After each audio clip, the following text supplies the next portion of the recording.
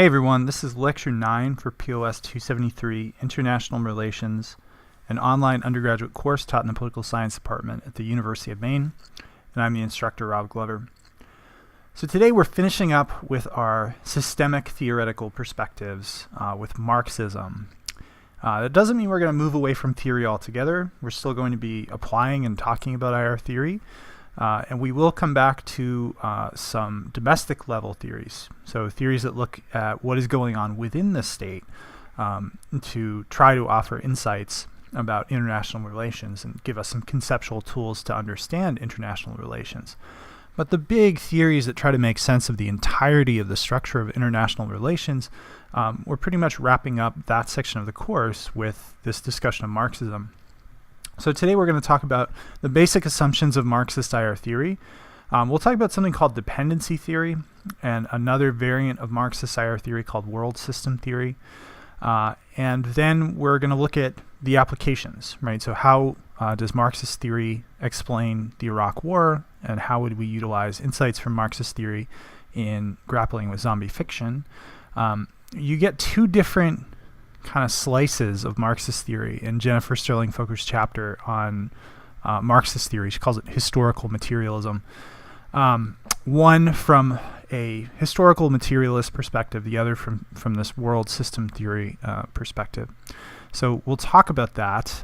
They arrive at different conclusions and ask some different questions about the Iraq War. So we'll look at that a little bit. And then I'm going to move to just general guidelines for how to make sense of these different theoretical perspectives and how to apply them. So to start off, a few preliminary notes about Marxist theory. So Marxist theory is obviously informed by Marx.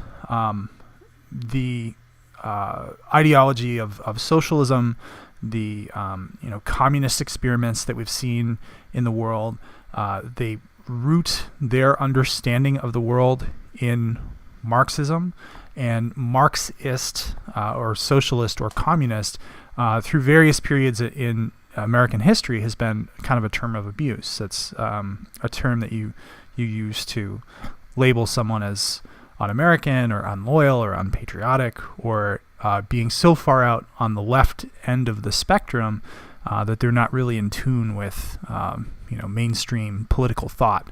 And some important things to note here that applying Marxist ideas doesn't necessarily mean that you are a Marxist, right? So you could have a Marxist interpretation of an international event, or you can apply Marxist analytical tools without being a left-wing, kind of far out on the left end of the spectrum political actor. The other thing I would note is that most Marxists consider the Soviet Union as a total departure from Marxist ideas. They view that as an authoritarian regime. Marx in his writing wasn't really laying out something like the Soviet Union. That was very different from what he envisioned. He actually envisioned localized democracy and lots of worker control, and we saw exactly the opposite in the Soviet Union. So resist the temptation to dismiss Marxist analytical tools on the basis of experiments in human history that in some way label themselves Marxist, like the Soviet Union or Communist China, because it's not really an accurate application of Marxist ideals. And so, as I said, we can use Marxism to understand the world. We can use this analytical, critical framework that we get from Marxism to understand the world without fully subscribing to it as a doctrine for political action. So one of the chapters that you read for this week, or one of the interpretations of the Iraq War that comes out of Jennifer Sterling Foker's chapter, was saying that this is primarily about regional control of the oil supply. Right, this is about the United States wanting to have control over the oil supply in the Middle East, and that was the core motivation to go into Iraq and to get rid of Saddam Hussein. And it wasn't really about WMDs. It wasn't really about human rights. Lots of people held that interpretation, not just democratic socialists, not people who consider themselves communists or anarchists, but lots of people, including some who are on the right. So you can use Marxism as an analytical tool without being a Marxist. That's just an important thing to keep in mind. Because of our historical legacy with communism and Marxism, I think most Americans have this predisposition to dismiss Marxism, and I think that's premature. I think there's some useful analytical tools that we can really harness to understand international relation. So resist that temptation. All right, as I've been doing with the other theoretical frameworks, I'm going to lay out some basic assumptions of Marxist IR theory, and then we'll delve into what the implications of that are for the Marxist worldview. So the first basic assumption that we'll talk about is called the longue durée. This is a French word, right?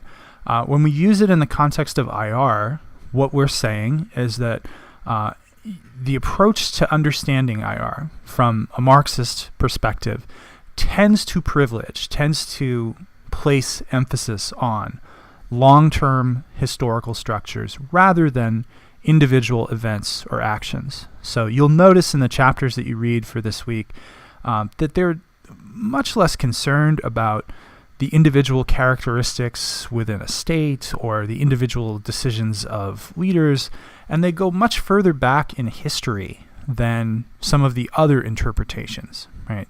And that's because they want to trace the historical evolution of ideas, of structures, particularly related to economics, right? So historical materialism, that term that is used in Jennifer Sterling Foker's chapter on Marxist IR theory, really refers to material relations, so economic relations that evolve over historical periods that are very long in duration, right?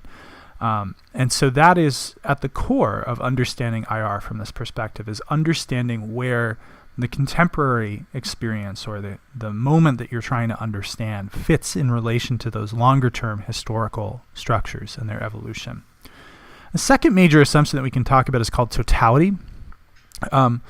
So oftentimes when you study really anything in college, you're studying it in this compartmentalized way, right? So we have courses in political science and economics and history and cultural studies and sociology, all of these different fields. And Marxist IR theory tends to view all of those things as operating in relation to one another. They're interrelated.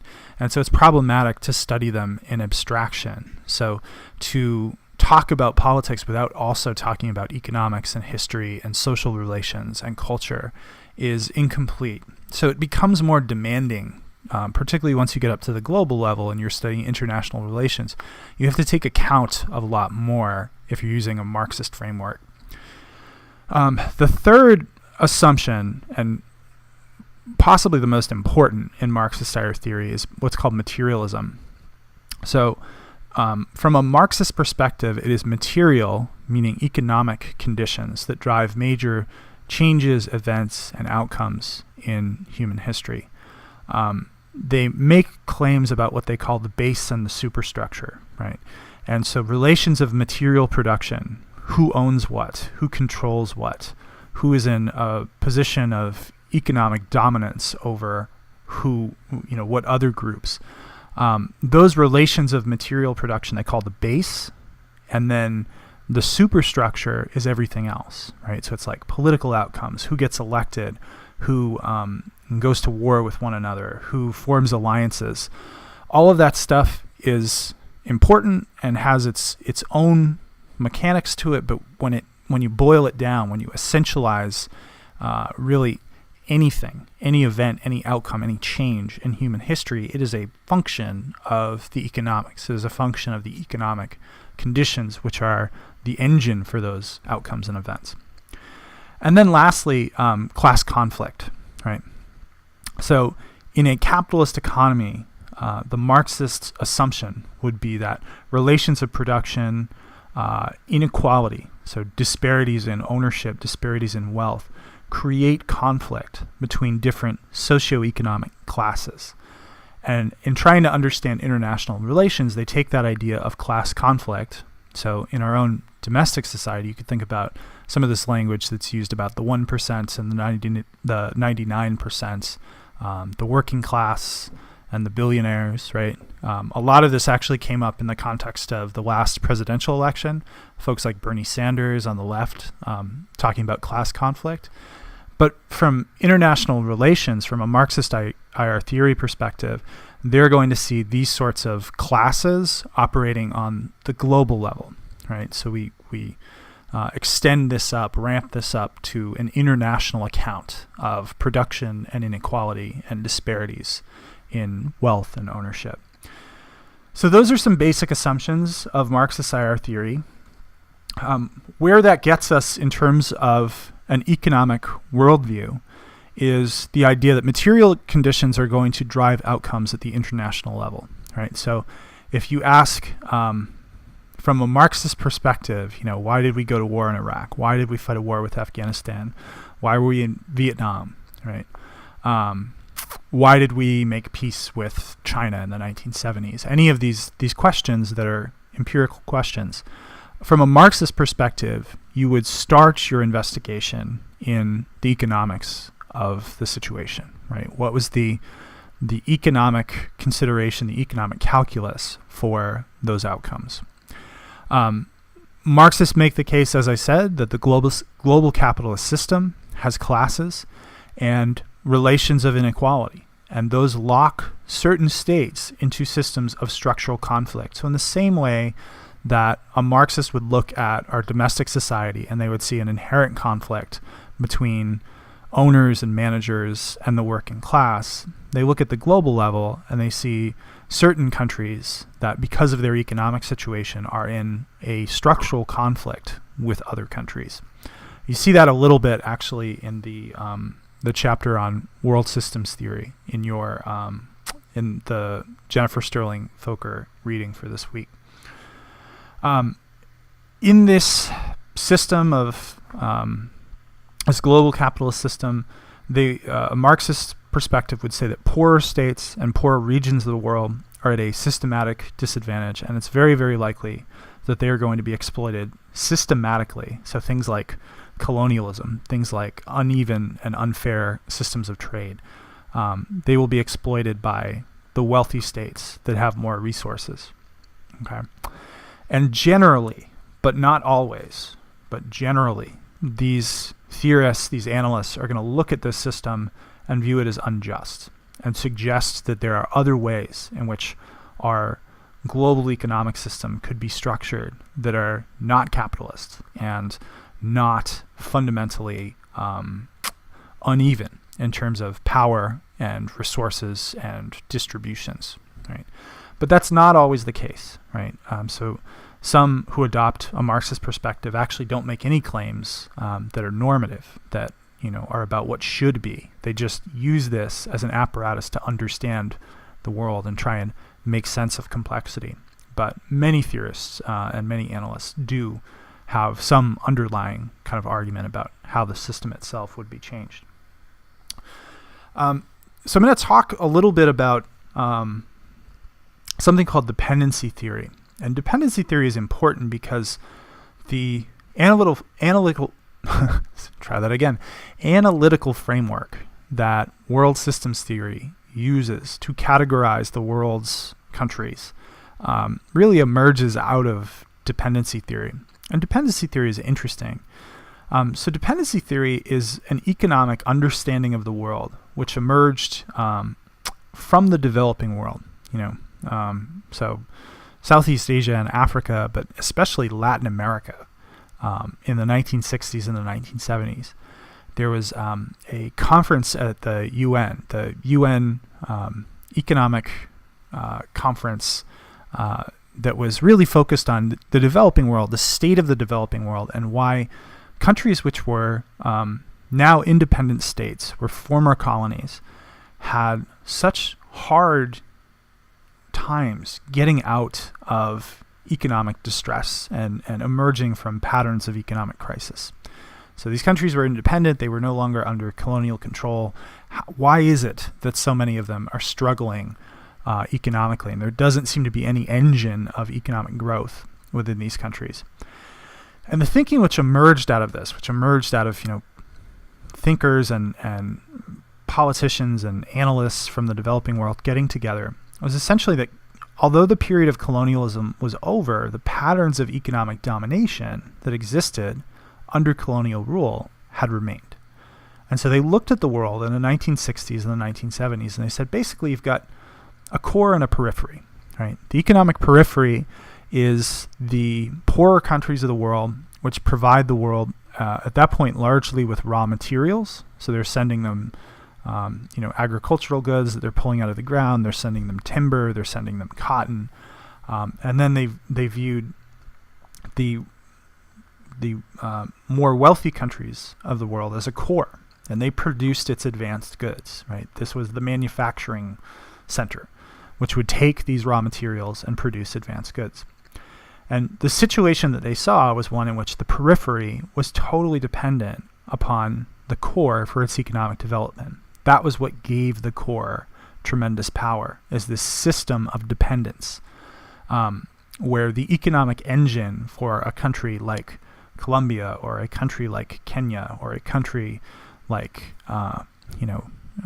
Thailand existed outside its borders, and therefore they were very dependent upon the great powers, the great economic powers of the world for economic survival. Now, dependency theory doesn't exactly fit anymore. It is not the case that the United States or Britain or France is doing the vast majority of the world's manufacturing. Actually, now a lot of that is happening in the developing world as well. So the situation has changed a little bit, but I think from a Marxist perspective, individuals would still look at the world and say there's uneven patterns of economic control and ownership and power that exist in the world. The conclusion that the dependency theorists crowd came to was that in order for this situation to end, the periphery needed to break those patterns. And so they encouraged these countries to invest in their domestic economy so that they had the capacity to produce advanced goods. They weren't just sending raw materials abroad anymore, but they were actually utilizing their own economic power to produce goods and either market those goods to domestic consumers or to export them abroad. That didn't work out so well. There are a lot of problems with that strategy. And so many of the countries that adopted this alternative tried to build up their own industrial capacities internally, ran into issues, primarily with debt. Primarily the fact that it is very costly to do that. And if you invest heavily and rack up a lot of debt to build up domestic industries and you don't generate really striking returns, then you can end up in serious economic trouble. And many of the countries, particularly in Latin America, ended up in serious economic trouble. But the overarching critique of the structure of the world economy, I think, has survived. And that is part of what drives world system theory, right? So world system theory argues that in order to understand international relations, the unit of analysis that we should be focused on is what they call the world system. And right now we exist in a capitalist world system. They view the capitalist world system as beginning somewhere around the 16th century in Northern Europe, and then eventually spreading to a point where it now encompasses the entire globe. And what is meant by the world system is really an international division of labor, right? The capitalist world economy produces goods, and there is an international division of labor that supports that produces, that organizes the tasks associated with producing those goods. They retain this core periphery distinction, right, between the wealthy industrialized countries and the poorer countries that are on the lower end of the spectrum. But they add this category of semi-periphery, right?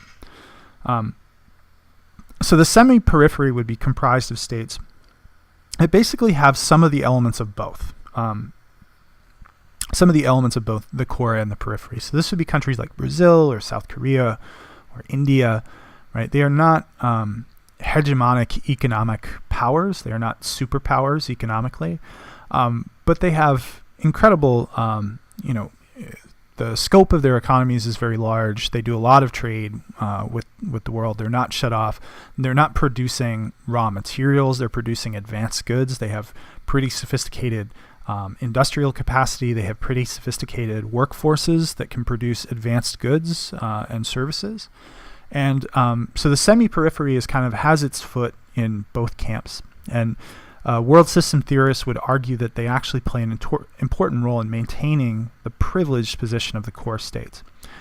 The argument that world system theory makes is that states align basically on the basis of strategic economic interest, and they do so along in accordance with patterns of economic relations that sometimes stretch back centuries, right? And they're going to see a lot of transfer between economic dominance and then military and political dominance. So this perspective on international relations leads to really, really different interpretations of history and international relations.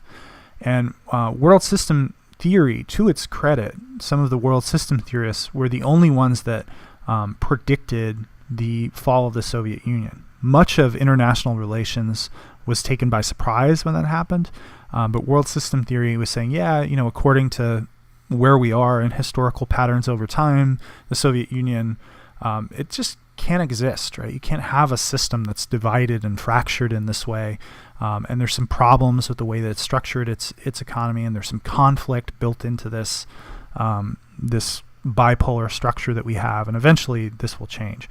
Now, they didn't put a clear date on it. It was a very vague assessment that eventually there would be some sort of fundamental change, but they actually did anticipate the end of the Cold War, which is pretty remarkable, and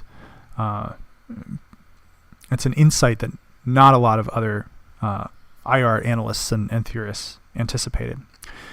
So to look at this this breakdown, basically they see the world broken up into these three different groups. Now, I think this is probably a little bit outdated. We would probably have to update this a little bit. I don't know if we'd have China or even India in the semi-periphery anymore. Perhaps now they are part of the periphery. But this is the general breakdown, right? So the core includes North America, it includes Australia, it includes Japan, and pretty much all of Western Europe.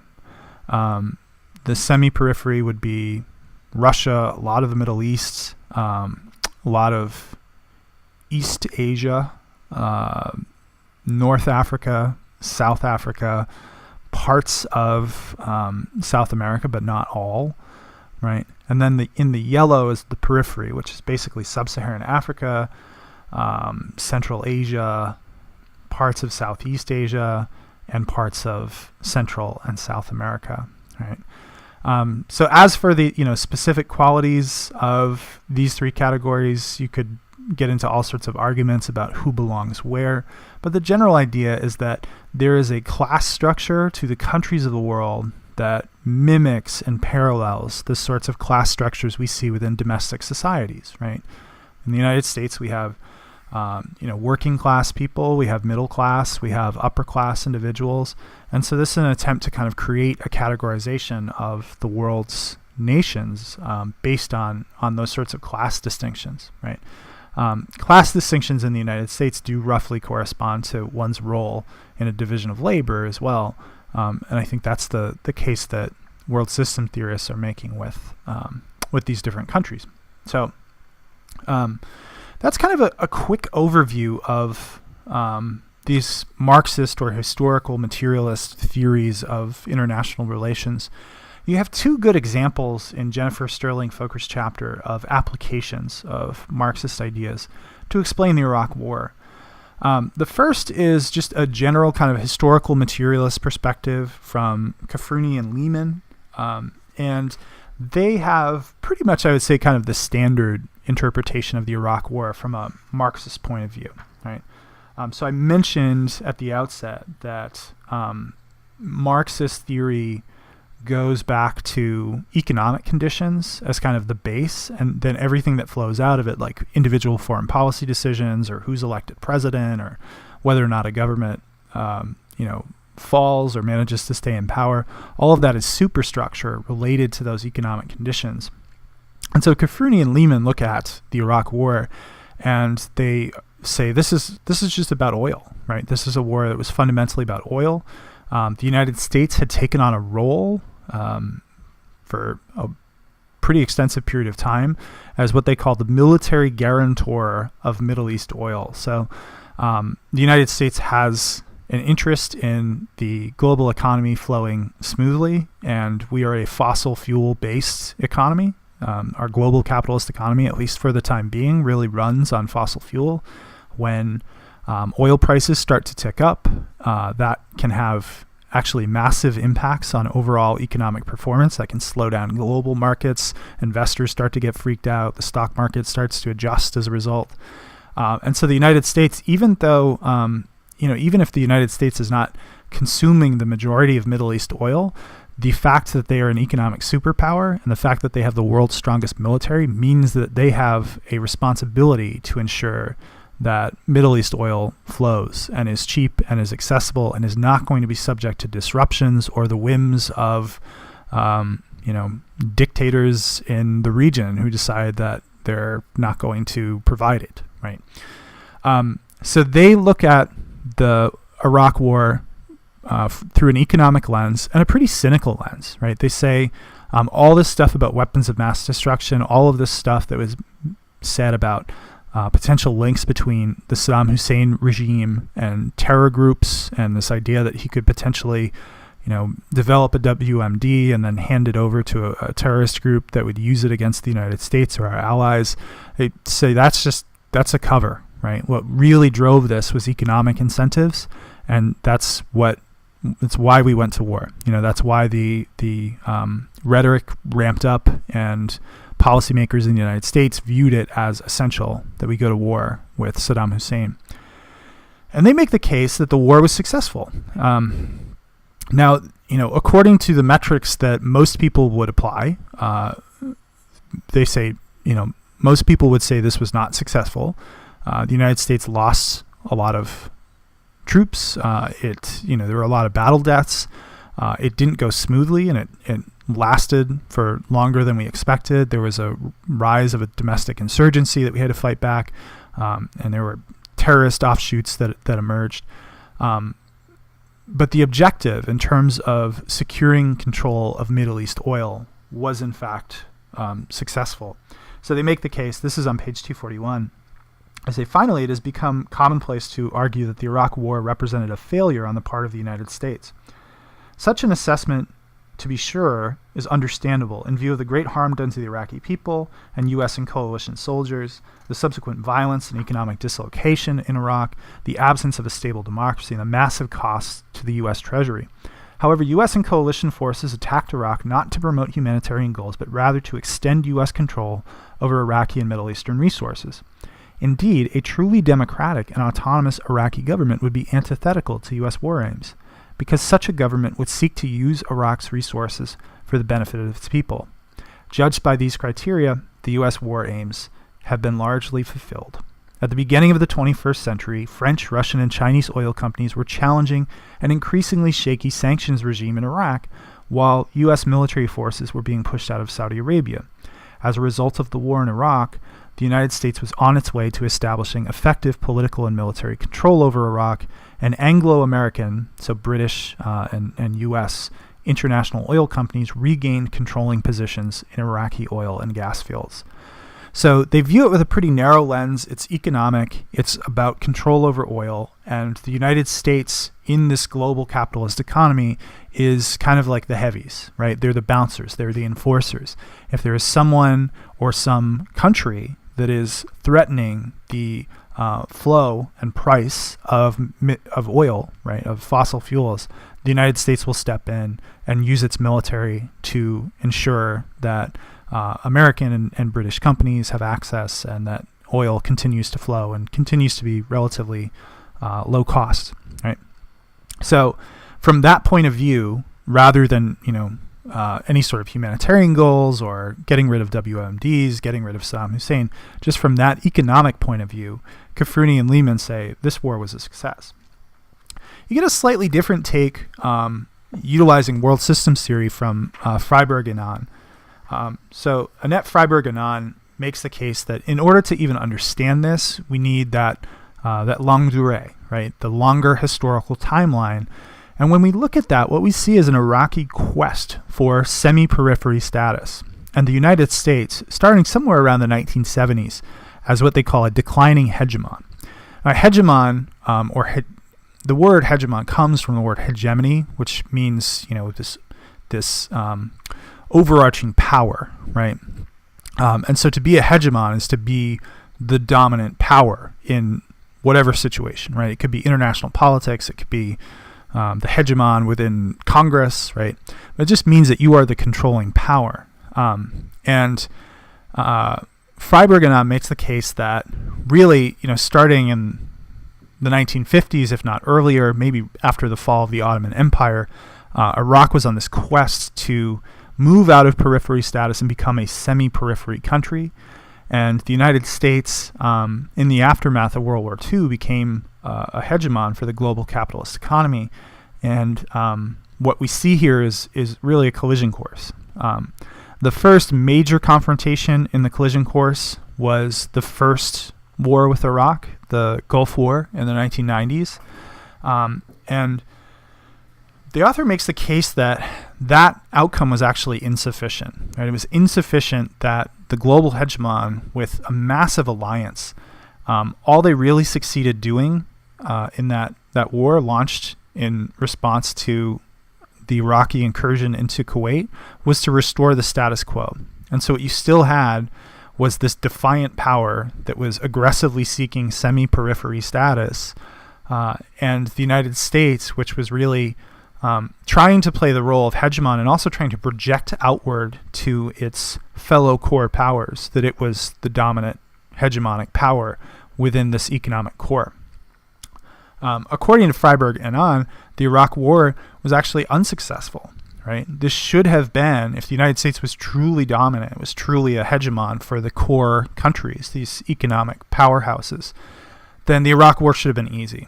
They should have very, very quickly dispatched with the Iraqi army, installed some sort of friendly regime, restored control over regional resources and oil, and the kind of the balance of power, the overwhelming amount of power enjoyed by the United States would quickly be evident to everyone.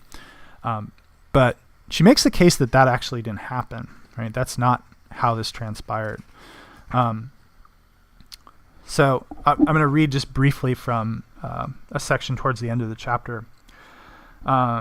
She writes, "The trajectory of the United States since the early 1970s is one of hegemonic decline. U.S. policy towards Iraq has, since the Iranian Revolution, which would have been 1979 or so, since the Iranian Revolution has been largely shaped by the importance of Gulf oil to the world economy and the resulting need to maintain its position as a regional hegemon and guarantor of the global oil supply." So some similarity there with what Kafrouni and Lehman are arguing. "The position was challenged by Iraq's invasion of Kuwait, which can in turn be seen to have resulted from Iraq's failed attempt to subjugate Iran. After Iraq had been put in its place in the Gulf War, Wallerstein asked, U.S. efforts accomplished a truce at basically the same line of departure, but can a hegemonic power be satisfied with a tie in a war with a middling regional power? The answer was no, right? So the first Gulf War happens. The United States essentially, they restore the status quo, but they do not handily defeat or throw out of power the Saddam Hussein regime. And as a result, the U.S. invasion of Iraq in 2003, quote, should be viewed as an ambitious effort to reconstruct American hegemony. So that is the perspective that Freiberg and Ahn is bringing. It's one in which there's a longer historical timeline. It's one in which there's really less agency. It seems like she's making the case that war in Iraq was almost inevitable, really at the point at which Iraqi began an aggressive quest for semi-periphery status. And certainly by the time of the first Gulf War, she said this is they were on a collision course, right? This was almost unavoidable. And so there's significantly less agency, and she talks about that a little bit at the end of the chapter. And so I'll just read a quick excerpt. She says, could Iraq or the United States have swerved off their collision course and avoided war? Surely. World system theory doesn't deny the role of agency or decision makers' ability to make decisions contrary to expectations. It is not fully deterministic, but its expectations are clear. The Ba'athist regime, so Iraq's regime under Saddam Hussein, and the United States were on a collision course. Why? Because of the structure of the world capitalist system and their respective positions within it. The capitalist nature and evolving structure of the system clearly favor some possible courses of action over others for each actor in it. In this sense, the theory is structuralist.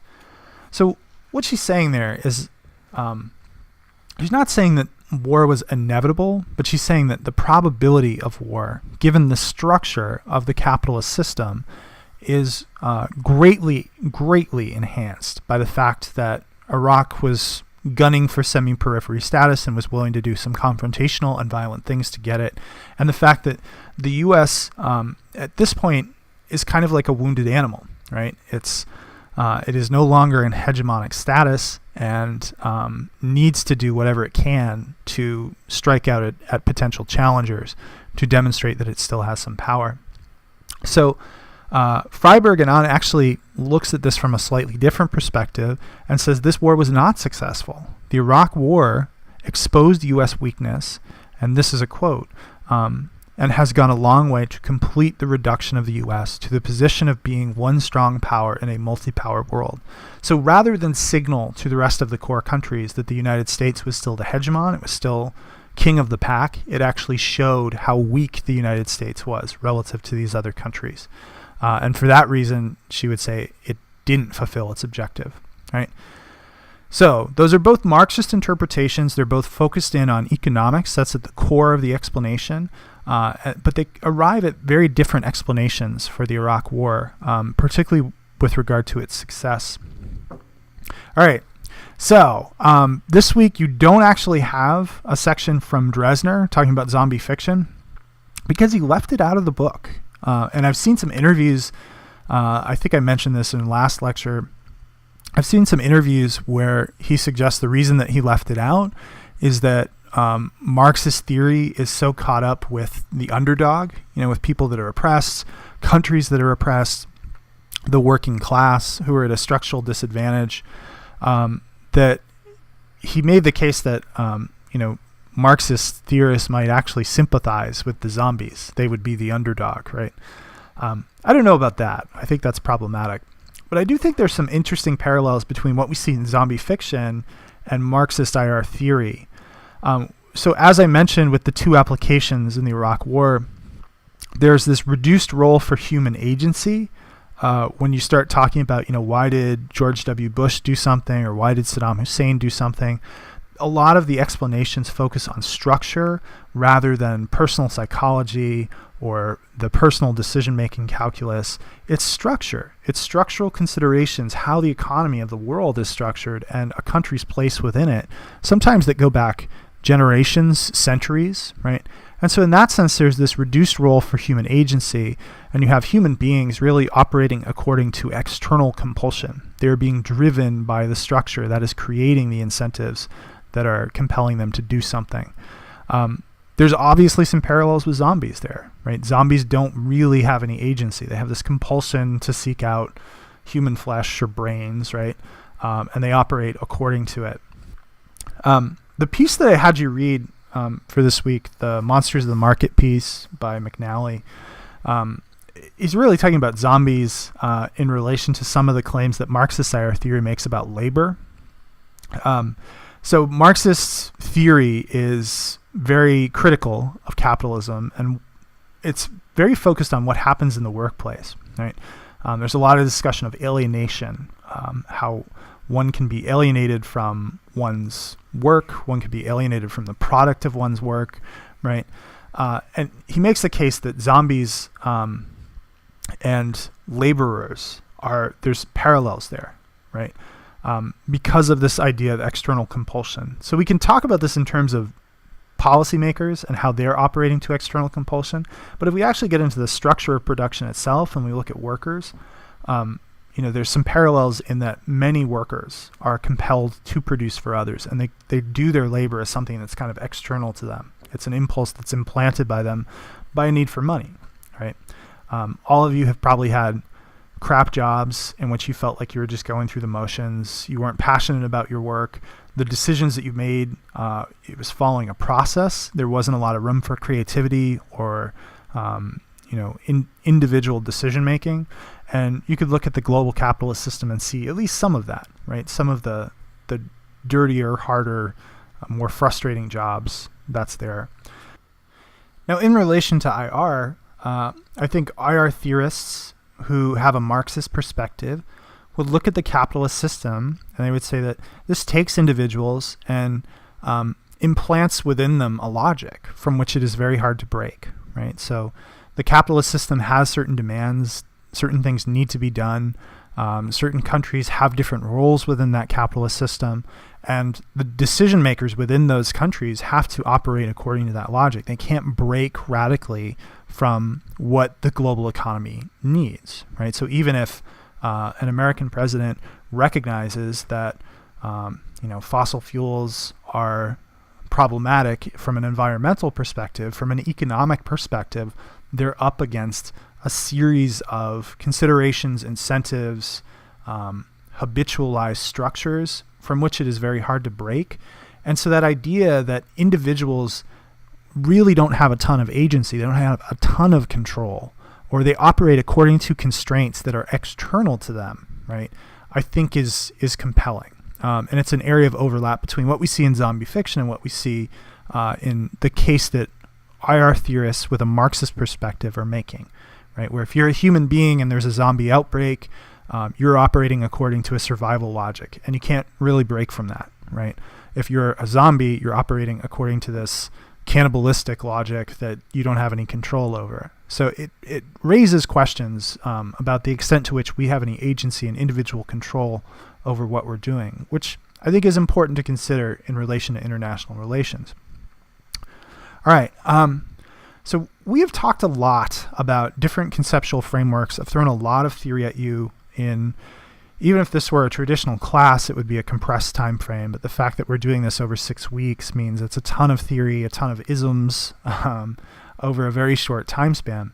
And so the final question I want to talk about today is just how do we use these different conceptual frameworks? And so I'm going to give you some basic advice in thinking about how to use IR theory to understand the world, to understand international relations and what's happening in the world.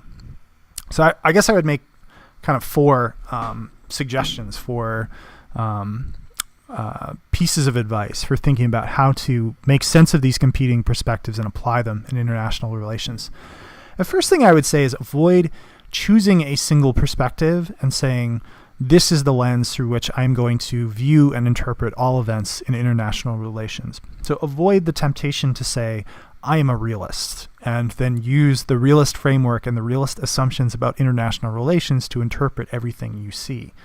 I think it is much more useful to take singular events, similar to what we've been doing with Iraq, and use different lenses, different theoretical perspectives, different conceptual frameworks to try to understand those. So ask yourself, how would a realist and a liberal and a Marxist try to explain the United States pulling out of the Paris Treaty, or the decision in the 1990s to sign NAFTA, the North American Free Trade Agreement? When you interpret singular events through multiple lenses, that should say lenses, I think you develop a broader perspective, right? You develop a more nuanced perspective. You have accounts of why something happened that provide just a diversity of variables and a diversity of data from which that decision is being, that interpretation is being made. I think that's useful. The second thing I would note is that some theoretical tools are more useful than others. And so, excuse me, as you think about what theories are applicable in a given situation, be strategic, right? Try to think about theories that ask questions or consider information that seems relevant and useful to the specific case, specific question that you're looking at. So there are a number of different theories that you have at your disposal. If you're looking at NGOs, for example, and the role that development NGOs play in sub-Saharan Africa, you're trying to make sense of, why do we still have poverty in Africa if there's so many development NGOs that are working on these issues of poverty in the region? Now, there's a bunch of different perspectives that you can use to try to understand that. For instance, that the realist perspective isn't really that interested in NGOs, right? Views them as subsidiaries of the state, views them as not really important, and they're primarily concerned about the actions of states and representatives of states. So maybe the realist perspective isn't the best lens through which to try to answer that question, right? Maybe like Marxism and liberalism and feminism have really interesting things to say there, and are going to give you three different slices, three different responses to a question that's a challenging one that will be useful to you. So try to use theory strategically. Don't just choose the one that you're most comfortable with or choose the one that you think you understand the assumptions the best, but try to choose them based on what they can tell you about a specific case. The third thing I would say is remain attentive to the details of cases. The absolute worst way that you can use conceptual frameworks and theories like this is to kind of take yourself off the hook for learning as much as you can about individual cases and questions, right? So don't just assume that you can read a single article about, what's happening right now in Syria, and because you have all of this theoretical knowledge, that can act as a substitute for actually understanding the nitty-gritty details of any situation or case, right? Theory is not a substitution for curiosity, investigation, and analysis, and that's really important to keep in mind. And then lastly, and I think this is good advice for theoretical perspectives in IR, but I think it's good advice for life too. Sometimes when we encounter a perspective that's different than our own, we want to shut it out. We don't want to engage with it. We want to think about our understanding of the world that makes sense to us and which we're comfortable with. And I think a tremendous amount can be learned by engaging with perspectives different than your own. So, if you're reading an interpretation of something that happened in international relations and it's from a perspective that's radically different than your own, you should engage with it, because chances are you're going to learn something more than an analysis which just confirms your own assumptions, your own expectations. So try to engage with different perspectives and learn from them. Other than that, I would say, if you feel like you're swimming and there's too much information and you're having a hard time making sense of all these different perspectives in IR, one is apply them. Like, pick up the world section of your newspaper and try to think about the types of explanations that different perspectives might have of an event that's ongoing, or talk to me, right? If it's feeling overwhelming and you're confused and you need help making sense of these different perspectives, let's set up a time to talk, and I can help you out with it.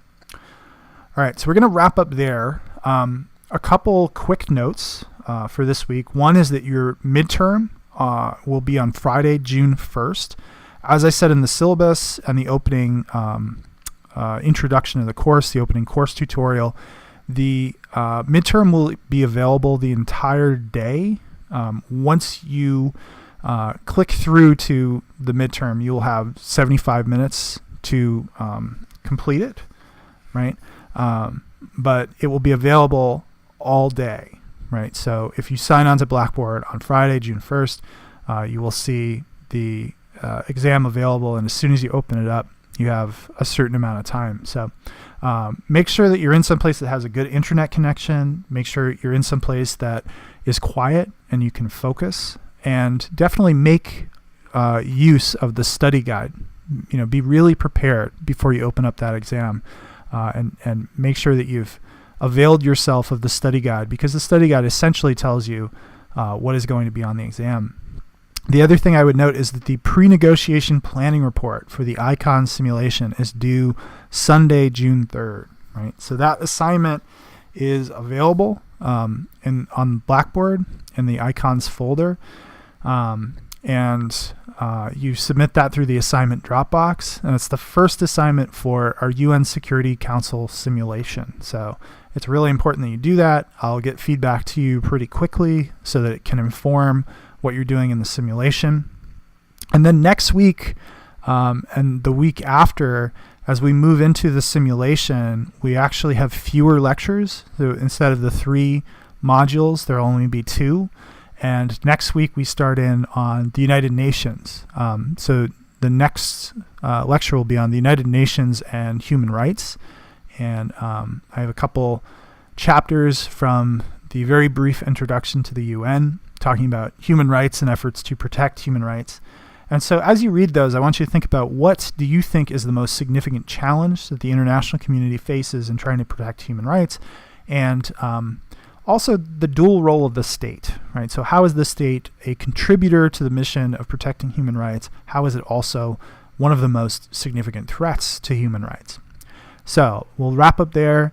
If you have any questions about the exam or the pre-negotiation planning report, any element of the ICON's UN Security Council simulation, feel free to reach out to me through email and we'll get you sorted out. Otherwise, good luck on your exam, and I'll see you next time. Thanks very much.